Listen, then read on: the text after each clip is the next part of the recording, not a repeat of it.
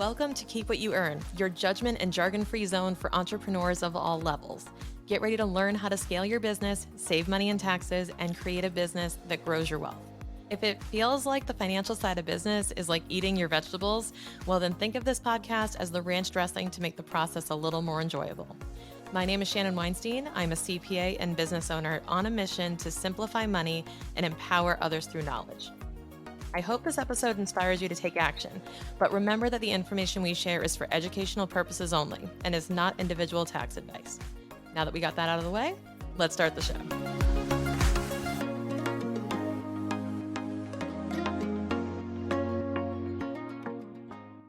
You know, I can never speak highly enough about investing in your personal brand. You know that I talk about it a lot on the show. I emphasize it, and I truly believe that building a personal brand is the gateway to really having any sort of business you want and having endless streams of income. Being able to adapt and be nimble, because no matter what you do, people will believe in you, people will invest in you. And part of that personal brand is your first impression that you make with potential customers or potential business partners. Now, we talk about aesthetics and the importance of aesthetics and whether or not to invest in those types of things early on in your business. And there's a commonly held belief that you need to wait to invest in some of these things until later, mostly because I think us as entrepreneurs, we get ahead of ourselves and want to do that kind of fun stuff and pick colors and go on Pinterest and all that stuff. And I get that. I get the advice to wait, but I also want people to understand that even though that is probably a good idea, if it is a distraction from the core of what your business is, I think that there are a lot of good reasons to invest in really good copy, aesthetics, logos, websites early on in your business as well, because that is your digital storefront. That is how you project yourself in a digital marketplace. And today on the show, I brought someone in who is an expert in brand strategy and is going to help us unpack what it means to invest in your digital storefront and what she recommends you do if you're an early stage business owner looking to make your best first impression online right now. So we want to welcome to the show, Lynzee Krohne. Lynzee is the CEO and founder of Leo and Laine. She also serves as the lead creative director, and in her role, she manages the day-to-day business operations of Leo and Laine and also works closely with the team to strategize, ideate, and develop content for her local and national clients. She started the agency with the promise to build an agency unlike any other, one in which fun and friendships reign supreme while providing best-in-class creative solutions for clients. So she said goodbye to corporate America and the big name clients she served for over 10 years. And while she was doing that, she was honing her craft in photography, graphic design, content development, and social media management as a side hustle. And then she started her own business in 2019. Now she brings her creative specialties to each client under the Leo and Laine umbrella. So I encourage you, listen all the way through this episode for some golden branding tips and stay all the way through the end, hear about how you can work with Lynzee and her team. Let's dive in. Hey, Lynzee, welcome to the show. Hello. Thank you for having me. Of course. Can you just introduce yourself to everyone, say who you are and what you do? Sure thing. So I'm Lynzee Krohne. I'm the founder and CVO, creative visionary of Leo and Laine. And we are a boutique branding agency founded on the principles of non-traditional agency service, team, and work. Was that good? Okay, perfect. Do you want more? No, it's perfect. What would you define as like non-traditional? Can you just go into why you chose that word and how you kind of define traditional versus non-traditional agency for those who are listening who may not be familiar with what you guys actually do?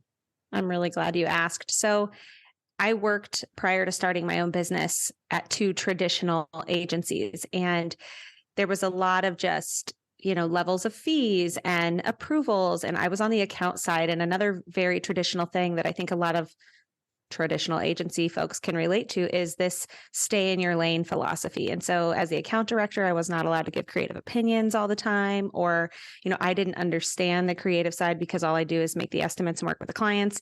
And I always thought there was value in kind of job shadowing. I also would see things like we'd have someone in the meeting as the note taker. And I knew of all these digital solutions to take notes. I'm like, that seems so stupid. Wasteful. Wasteful. And just little things of the traditional way of doing things. I felt like corporate or culture was often forced within that corporate environment. And they were trying to host these picnics and these ice cream carts and, hashtag agency life when you're leaving college and you want to go work for this big, cool agency. But really what was happening with a lot of the team internally is you're just hitting major burnout.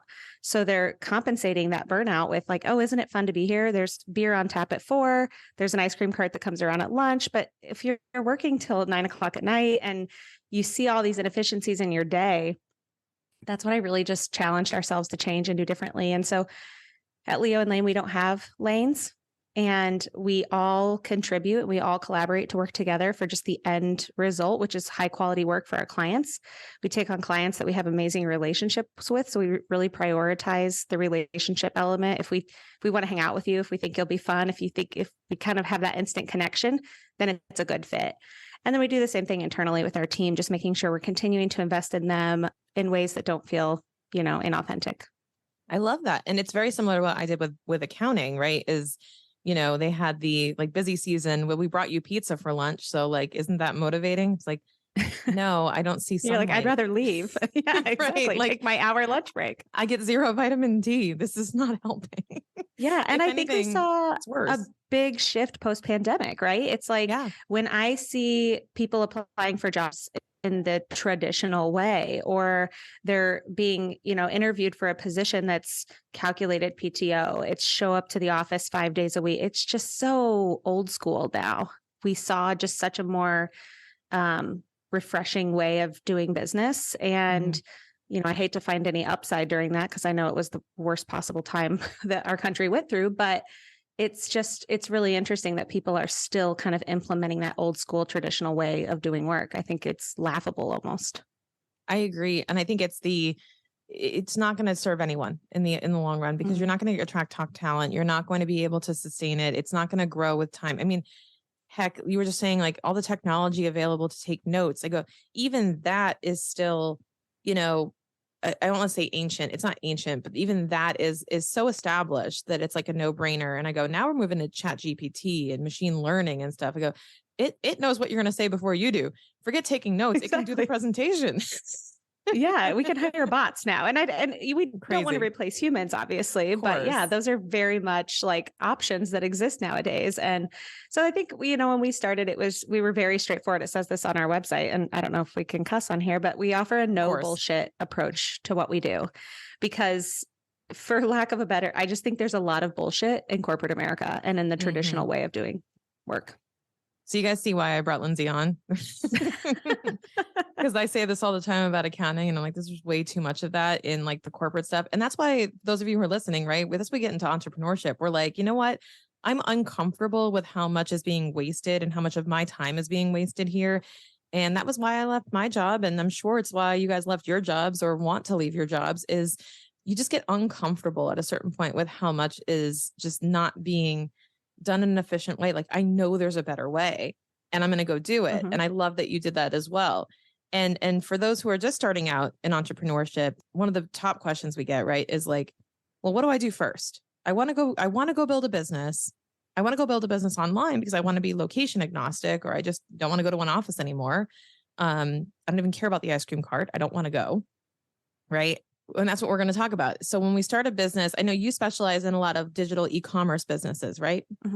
Yeah. And digital branding. So like your storefront, and we'll get into a little bit of what that means. Yeah, exactly. That's what I wanted to ask you. So when we talk about, when you're first starting a digital, let's say an e-commerce business, and they're looking at branding, this is like one of the first things people do is they immediately go, okay, so I want to start a business. I need a name. I need a logo. I need colors. I need pretty stuff. And I need to build a digital storefront. Let's talk about when to do those things and then how to approach them. So, and the reason I kind of shy away from the word e-commerce is because a lot of people get confused, I would say, by the word e-commerce, because you think of buying and selling a good online. What people need to understand is e-commerce is such a wider umbrella. So you might be selling yourself as your personal brand. You might be selling a service. It doesn't have to be a physical SKU on a website for purchase. You don't have to have a cart per se. So we do focus on e-commerce brands, but e-commerce is so much more than just that item to put in your cart, the buy online aspect, to the Shopify site, if you will. And what we really focus on is looking at the in-person experience you give in your business. And if you're a great salesperson, you're a connector, a lot of your business is generated through you and the network that you have, that needs to be captured digitally. And then you look at your digital storefront. And so how are people finding you? How are they getting your voice? How are they seeing your visuals? How do they know your why? How do they know what you're about? How do they know your offering? And really, when you look at a digital storefront, it's website, it's social media, it's your paid ads, whether that be on social media or on Google, it's your digital business card. You're at an event and you're having someone scan that QR code. Everything must match, because in that side of the customer journey, it's so easy to disconnect somewhere. A lot of what we see when we're sort of scanning and researching for potential new clients is we're like, oh my gosh, look at that beautiful website. It's such a user experience. It flows nicely. It's very clear what they offer. And then you click on those social links that are often on the website and you're like, what a disaster. They haven't posted since 2007, or the content is so jumbled. And so really our goal is to keep that in sync with one another and harmonious so that your sales strategy is intact, if that makes sense. Totally. But let's talk about when you say like you're keeping it pretty much cohesive is what I'm hearing, and there's a consistent message. But let's talk about like the messaging versus the aesthetic, because I think people get those confused when they say, oh, it has to be cohesive, meaning it all just has to be the same color, the same font, or the same style. But there's more to it than that, right? There's the substance under the surface.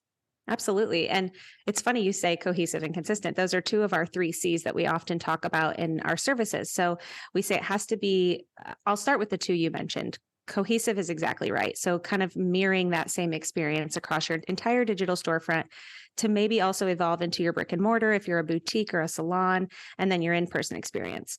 Consistent. So don't just post and ghost, right? Stay relevant, stay top of mind. And we'll talk about that at that more brand awareness phase where you have to stay, in their inbox, on their social media feed, things like that.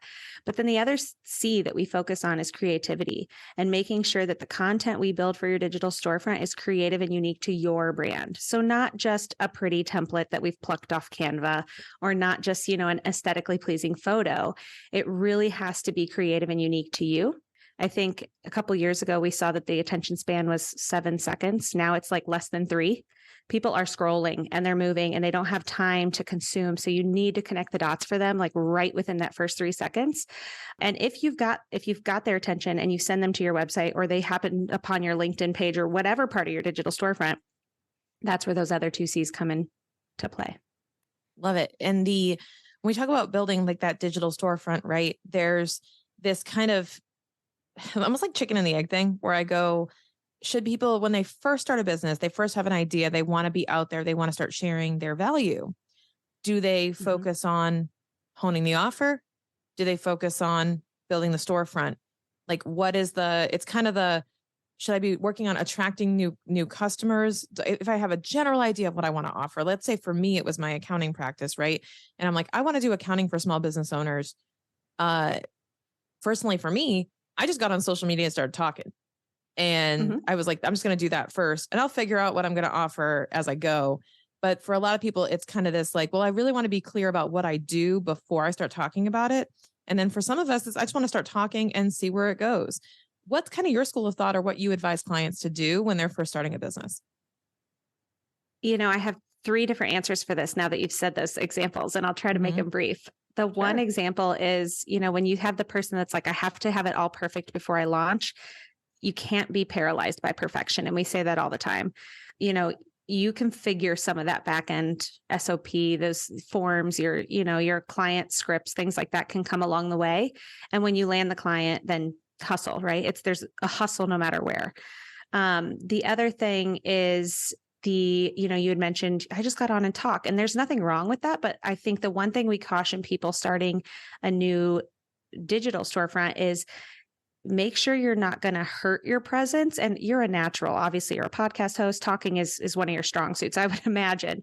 But some people, when they're like, I'm just going to start an Instagram page and talk, and they're not as eloquent or they're not as skilled, eventually, if they have a year of just talking on their Instagram page up, could be a disaster, if you know what I mean. And so really making sure that if that's the route they're going to go, the first route they choose is their strong suit. But I think a lot of the missing link in the third story or the third example here is the foundation of your business, understanding that. So you should wholeheartedly understand what running a business means before you go into it. So whether you're a CPA or you're a brand agency owner, or you own a clothing boutique, or you're an esthetician, I think backing up to the very black and white fundamentals of starting a business. So do you understand quarterly income tax? Do you understand how to hire a team? Do you understand your digital storefront and what's included in that? Do you understand just a variety of different things? The financial tools. Do you have a business plan, whether it's 2 pages or it's 20 pages? Like, what's your plan for growth?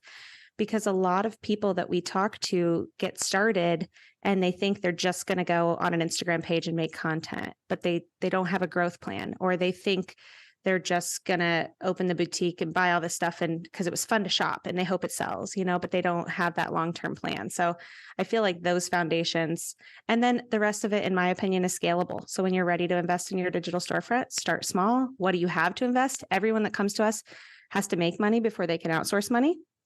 Yes. And we don't have a huge financial ROI on what we offer.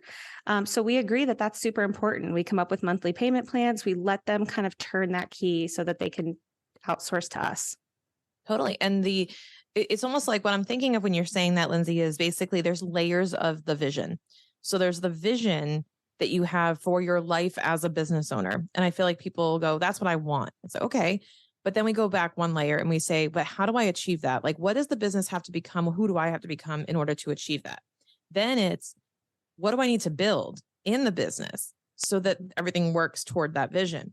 And I think what people skip is the build, like, what do I have to build? Or how to, like, the business itself is its own. Like, when you choose a career path, business owner is your career now. Like, you are a business owner as opposed to brand strategist. Like, you have now become business owner as your, your occupation.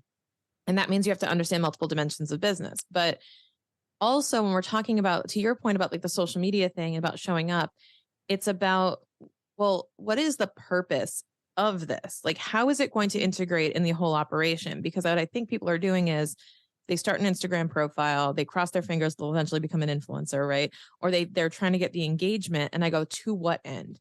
How much do you focus on, for example, with your clients? Like, I imagine, just from talking to you, I imagine that when they come in, a big focus is, what are you trying to achieve?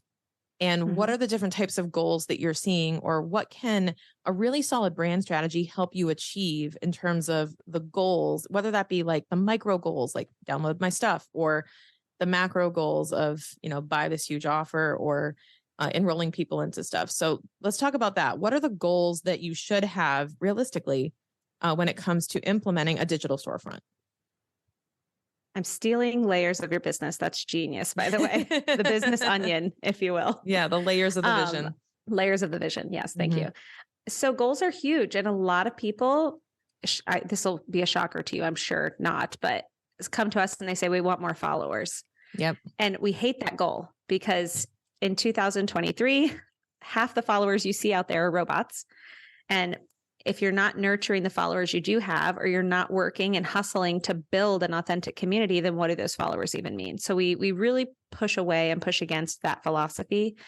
We build the goals together with our team. And the other challenge is, unless that business owner that we're working with is asking the questions internally, like you said, when we first jumped on this call, like, how'd you find me? And we need them to be asking that internally as their sales question. How'd you find us? And if 90% of their new business says, oh, we saw you online, or we stumbled upon your website, or we came across your social media page, then it's working, right? But we can't, the websites we build, we can of course look back on the analytics, the social media, we can look at that stuff. But until that question is being asked internally, it makes it really hard to measure. So we focus more on the brand awareness and consideration. And as cheesy as it sounds, if someone says, I love the content you're putting on your Instagram page, or your LinkedIn profile has become a lot more polished, like those seem just complimentary, but that means we're doing our job. And if the vision is clearly communicated, if the voice is understood, if it's a no-brainer what this person does, what they offer and who they offer it to, then we're achieving our goals. Yeah. And the other part is you're never going to get the negative of that. So like no one's ever going to be like, your LinkedIn profile is atrocious. It's complete Well, garbage. we'll tell you that. And then we'll help you flip it. So if nothing else, you can hire Lynzee to tell you the truth. But we will give you the no bullshit answer to if your stuff is good or not. Right. But it's, but, and by the way, like side story, I hired a copywriter solely because she told me my website was shit.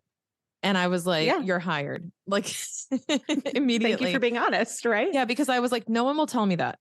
And no one will like, they'll try to butter me up. And I'm like, no, tell me it's shit and tell me you're going to fix it. Like, tell me what's broken. And honestly, small plug, we have a first impression quiz on our website because I feel like that admittance, that like key part of the journey, it's sort of like losing weight. It's like getting control of your gambling problem, stop smoking. You have to come to terms with that yourself. So we found that we were telling people this and some of them appreciated the honesty and hired us. Others kind of, wow, they're really blunt. They weren't holding anything back. So we put that first impression quiz on there for you to realize it yourself. And it's deeper than just if your stuff is good or not. These are, 5 to 10 questions that say, just do you understand what a hex code is? Have you compared the aspects of your digital forefront so that they can really come to terms with that themselves to decide if their stuff is a hot mess or if it's buttoned up. And if it's buttoned up, then we simply say like, how can we help you maintain that? You know what I mean? So, but you have to sort of have that self-awareness until you're ready to hire and fix it.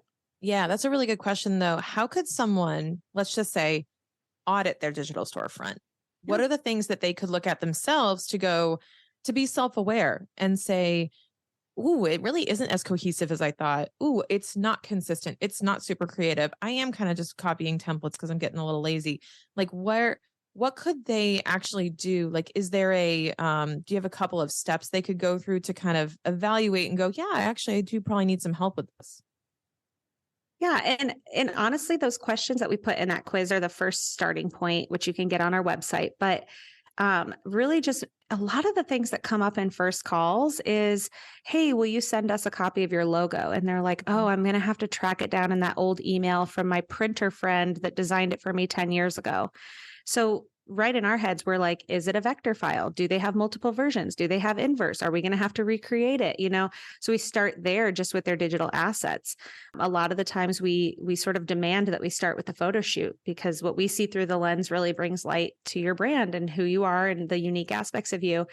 And we get a lot of times back that, oh, I just did a photo shoot. And so we'll say, okay, show us what you have. And it's 20 photos, the same outfit, poor lighting. And so once again, it's our way of kind of looking back at them saying like, we can make this so much better for you. We can make this so much more worth your investment. Hex codes for colors. A lot of the times people are like, I have 17 colors or I have 2 and I have no idea what they are. And they do find themselves DIYing their brand up until then through Canva or all the free resources that are available. But once again, if you've done that in 6 months or first year of your business, there's a lot of inconsistencies that start to spell out. Oh, totally. I totally agree with that. I bootstrapped everything on Canva myself and I had to learn all this stuff. So I totally agree.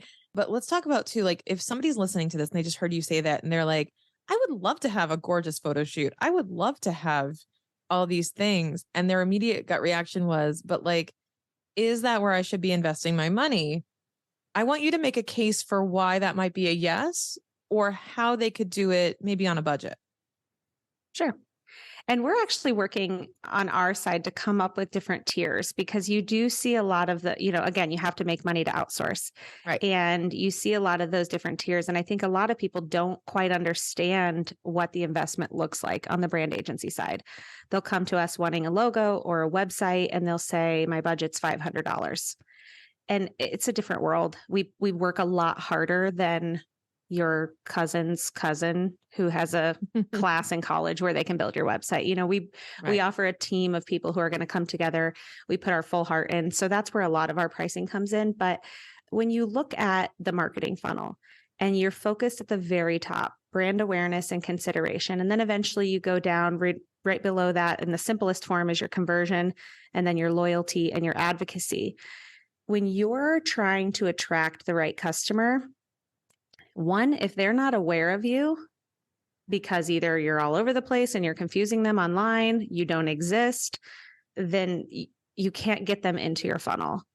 If they're aware of you, so maybe you are able to bootstrap some of those content creation pieces, but they're not considering you because you're losing them in your messaging, or you're not, you're not staying up on the trends, or you're not giving valuable information in the content you're putting out, then you can't get them to convert. And so our goal is to get them to kind of slide down that slide. And then eventually at the conversion rate is when you're looking at Google keywords and paid ads online. We often say it's a three-legged stool: PR, paid marketing, and branding. Those will get you down. And then once you build that loyalty and you have that brand advocate, when people say like, where does their new business come from? A lot of it is word of mouth, and it's so-and-so brags about my product or brags about my service. And that's how we get them. So that's where it's really hard for people to justify that investment up front, because it's just a pretty storefront, right? But it's so important to get them down. And then you really want to, the two things that we focus on in order to monetize that is growth and nurture, making sure that you're not buying followers, or that you're not just interested in these idealistic numbers, or these numbers, the vanity metrics. Vanity metrics. Thank you. That's the word I was looking for, because that won't get you far. If you have a community of 30 followers, or you have a community of 700, or you have 20,000, how much time are you engaging back with their stuff? How many conversations are you having in your DMs? How many, LinkedIn back and forth are you doing? How many shares of their TikTok videos? So it's just all of this, like, it's a digital network. It's a social network for a reason. Yeah. When we talk about monetizing your social media, for example, let's go back to that vanity metric, right? Like, my goal is to get more followers. Well, like, the number of followers you don't get a check in the mail. Exactly. And I would argue too, in today's day and age, the higher the follower count, the more inauthentic I wonder if they are. I'm like, they either hit that fame early on and they really authentically grew that, or they're purchased. Because the true indicator, and I've never said this, but we should preach this more. The true indicator of if those followers are part of an authentic community is look at the post engagement. Yes. If you have 400,000 followers and you're getting 40 likes on a post or 200 views on a reel, instant red flag. Yeah. So not only do you not have those followers, but now you're trying to present a certain way. So now actually the trust goes backward. Because now I'm like, if you're willing to buy followers to look better, what else are you willing to do? Yes. And I believe that. I look at that actually. I'll look at someone's following and I'll be like, no way. And I look down and I'm like, 4 likes. Right. And I think that's what matters though, is the engagement. So, okay, there's this other thing that I was thinking of when you were talking about this. So I have an example of something like this where it's the digital storefront, the first impression, right? Sure. And we're talking about advocates. So we talk about people who, and by the way, the next level unlocking of a brand advocate or an advocate for your business is somebody who hasn't even bought from you, who's talking positively about you. Absolutely. Someone who hasn't even bought from you. And this actually has happened before where I'm like, so-and-so recommended you. And I'm like, I have no idea who that is. And we have like one person right now, God love her. Right. She has sent 3 people our way and they're like, oh, you must work with her. And we're like, actually, she hasn't. No, we don't. But she loves us and we love her. So yeah. So for those of you who are listening, some of you are listening and you've mentioned me to your friends and we've never actually worked together one-on-one, but you feel like you know me because I hold nothing. Exactly. I hold nothing back on here. This is me. Like, I talk the same as I do on stories on here and whatever. I cuss sometimes and it happens. And, I text you guys and it's the same person. But what's interesting is, I got to tell you a story about what happened to me this week. And I want to unpack that a little bit. I personally don't do taxes, a standalone service, right? So for those of you listening, maybe there's like one thing that you don't do, like it's just not on your menu, but you're like, I would love to partner with, I would love to have somebody who does these things that I can refer to, therefore building trust and building more reputation of like, hey, Shannon's really reliable because she got me this great tax person. So like, even if it's not her, she knows some good people. So I'm trying to expand my network. So I go to these accountant groups and I'm like, hey, does anybody want to work with me? Like, do you have a similar ethos? Do you want to work with? And I say, can you just send me your website via DM so I can take a look? Lynzee, it's all the same first template. impression. It's the stock photo, the spammy looking colors, like neon green and black, and like these like buttons that are overlapping each other because they're not built for mobile and all this other stuff. And I go, I don't care You are how answering good you my are. question that you just asked me. Yeah. 100%. That's what we see. It's like okay. And I looked at it and I was like, you might be the smartest accountant in the world. You may actually be the most nurturing, caring, smartest accountant in the world to serve my clients, but I cannot show them this. I can't in good faith take this link, send it to my followers and my listeners and and they're going to be like, did she send me a virus? What the hell is this? That's the importance of it, where I'm like, do not skip on this, because it is a first impression. And it also kind of shows how composed you are, how intentional you are, how mindful you are of how it looks. Because imagine walking into a store, you could have the restaurant, great example. Might be the best restaurant on the block, but you walk in and there's a rat. Yes. Or the tables are dirty, or the staff isn't attentive. Yeah. Any of those number of things. Yeah. Yeah. You hightail it out of there and you're like, what the hell is this? And it's like, but their burgers are great. And it's like, I didn't make it that far. Yeah, exactly. And that's why we called it, that's why we coined it the brand's first impression quiz, because you have that limited time to get their attention and to lock them in and to pique their interest. And if you've lost them at the I mean, it happens in non-work situations, when you're dating, when you're going out to eat. It's like, if you are a dumpster fire from the get-go, then like you said, you're missing out on the network connections, all of it. It's so key. And that 100% is what we preach of how much pride do you have in your business, and does that show? Yeah. And is it welcoming is another thing too. Like, I hate to emphasize the aesthetic portion of this and make it superficial, which is what people think it is. But I'm going, no, it's really how it's presented. Does it pique curiosity? Does it attract people? Because whether we like it or not, we are visual beings. We are going to make a first impression just based on what we see. And it's going to hit our brain a certain way in those 3 seconds to 7 seconds. And it's just going to happen, where you could, again, be the best in your business. But if there's nothing about that comes through, people are going to just keep going, keep swiping, keep scrolling, whatever it is, and they won't land on you. And that's why it's so important, though, to grip attention and to connect with people through those visuals or through whatever experience you want to create through that digital storefront. Yeah. And unless you have an army of amazing referrals in your network behind you saying, listen, their digital storefront is a train wreck, but they're good. The burger is good. Go in and sit down and fight everything else. Yeah. The burger is worth it. It's like, but you have to work so much harder. And a lot of business owners, another thing we really talk about is they don't have time. They're busy. A lot of them are solopreneurs. They're busy running their team. They're out getting their clients. Who has the time to really work that hard anymore and go to those networking meetings, or, really focus on their content? We joke that a lot of times you're rolling out of bed going, oh my gosh, I own a pizza store and it's National Pizza Day and I need to post something. So I'm going to whip it together.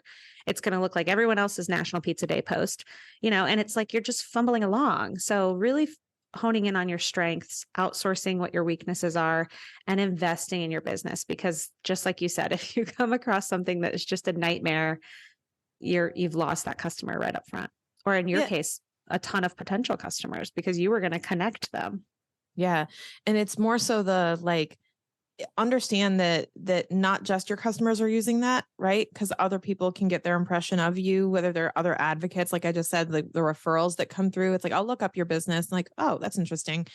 And if it's inconsistent or it's missing a few pieces, I'm like, it's not going to click for them. And like, people expect business owners to have some type of brand, whether that be just a message, right? A why, an ethos, a sentiment, like make them feel something with that, whether it can be as simple as color selection, things like that, but you want to evoke some type of feeling towards you of trust or whatever it may be. You've got to do the work to make sure it's actually presenting properly. But I want to know, how can folks who are listening implement this in terms of like, where should they get started in terms of where to focus their attention, right? Or how to like look for telltale signs that maybe it's a train wreck. What are some ways they could kind of like test themselves? I think they have to ask themselves or their partner or their team, who are they going after and how is that person going to find them? So a clear example is if your audience is if you define your potential client or your ideal customer as a wealthy, young, modern entrepreneur, then, we look at your storefront and say, okay, well, where do you need to be participating on? Because one example is LinkedIn kind of has this persona or the stigma as being like old professionals. TikTok, on the other hand, has this stigma of being very young, Gen Z, millennial, like not focused on the business element. But my point back would be a young, modern, wealthy entrepreneur might have found their fame through TikTok. They might be networking through their business on LinkedIn. So to be in both of those places is of high value. And so understanding who you're trying to target, and then really investing and then starting there from a scalable approach. So depending on your budget, a lot of people come to us and they're like, I just spent tens of thousands of dollars on a beautiful new website. And a website is such a passive part of your storefront. I agree it should exist because you need somewhere where they need to land and you need to give them more information behind your piecemealed content. But could it be a landing page if your budget's smaller, somewhere that's nice and clean that doesn't destroy your brand when they get there and it's 12 pages and it's not mobilely responsive and it's all these things that have now hurt your brand? Was that the right investment up front? So we kind of look at that and we make recommendations just based on who their audience is, what we think that they need to be participating in terms of platform, and then scalability. So focusing, saying, okay, you need a landing page. We'll work our way towards the bigger website. For now, you need to be on these two platforms. Eventually, let's consider going onto Facebook and running some Facebook paid ads or something like that to get attention beyond organic followers. E-newsletters is a big one too, part of the additional digital content, if you will. So how can we just kind of plop into their inbox monthly? How can we build a workflow? So creating a lead magnet on that landing page that kind of gets them to leave their email. And now we have 5 to 6 to 7 automated emails that are going to trickle out in sort of a drip campaign that you don't have to lift a finger. It's built for you. It's automated and it can be friendly. It can be more pushing conversions. Like we can talk about what that looks like, but that's how you play in a more scalable approach, I would say. Yeah, I totally agree. And but I think it all starts with really identifying who you're going after, so to speak. Who's your ideal client? What is the message you need to get across? And I think everything from there is just, how do I do that more effectively?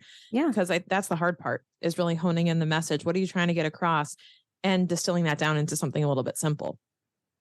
Yeah. And I think, you mentioned when you got some of those websites, how it was stock photos. People, whether they're comfortable or not, they need to get comfortable in front of the camera. And that doesn't mean they have to show their face all the time. But as an owner of that business, and if you want to connect on a more personal level with your potential customers, being able to hop in the stories and show a behind the scenes or take a photo of my workspace for today, right? You're sitting in Costa Rica. I'm sure there's a lot of gorgeous things around you. So letting people kind of peek behind the curtain and see your life is the stream for them. Showing their face, being a part of a photo shoot so that it's their hands on the keyboard. It's their face in that chair. It's not just plucked from the depths of Shutterstock or Unsplash or something like that. So yeah, it's also an opportunity to have a little fun too. Like it doesn't have to be like, here's the other thing. I want you guys to get creative on this. Like we're talking about photo shoots. We're talking about getting in front of the camera. Make it fun. Like you host a podcast, make sure you have a mic in your hand. Make sure, like for me, I did my first photo shoot. Props. Yeah, props.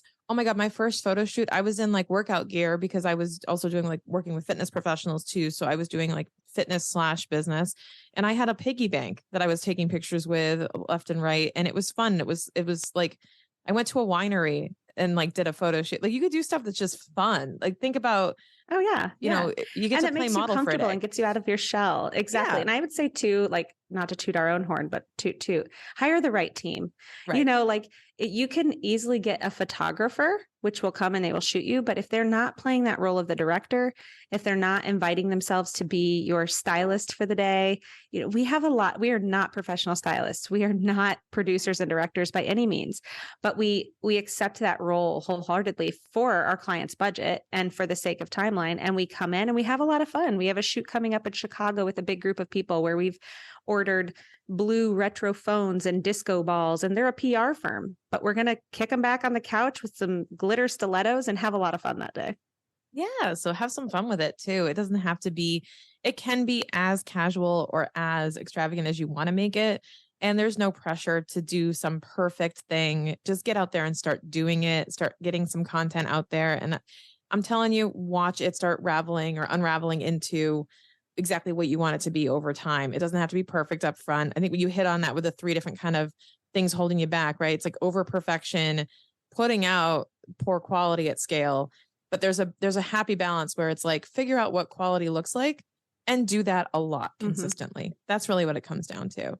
And you need to check the box of relatable. Like you need to be relatable, approachable, warm. If you look like every other collared shirt, stuffy, not approachable, then now you kind of missed me in that connection. Do I want to work with you? Are you going to be fun? And so by working with a group or having your photo shoot be fun and be in places where, people might want to see you, then you're letting that digital guard down, if you will. I love that. So Lynzee, how can people find out more about Leo and Laine and working with you guys? So the great place to go in order to get like a glimpse of our personality, but also take that first impression quiz would be leoandlaine.com. And that's LeoAndLaine.com. You can also follow us on social just by searching Leo and Laine. So we're on Instagram, TikTok, Facebook, Pinterest, all the things, LinkedIn, as you might imagine. But yeah, really just reach out and connect with us. We are heavily involved in our DMs and our messages. We answer every email really promptly. So we believe that makes a big difference in that growth and nurture phase as we promote. So no email will go unresponded to. And if you're considering working with us, we do have a form that you can fill out on our website. And then one key indicator on that form is how ready are you to invest? So if you're more like 1, 2, 3, not sure, just kind of feeling around, take the first impression quiz, because that'll help you kind of determine if you're ready. I love it. We'll make sure we link all of that in the show notes for you guys. Lynzee, thank you so much for hopping on the show today. Really appreciate it. I so appreciate it. Thanks for the invite.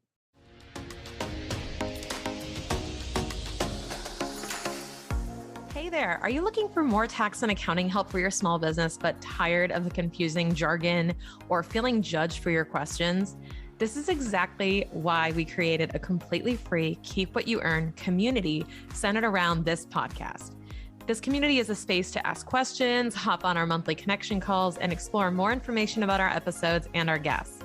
Click on the link in the show notes to join us in this month's call to chat with me and our other guest experts. See you there.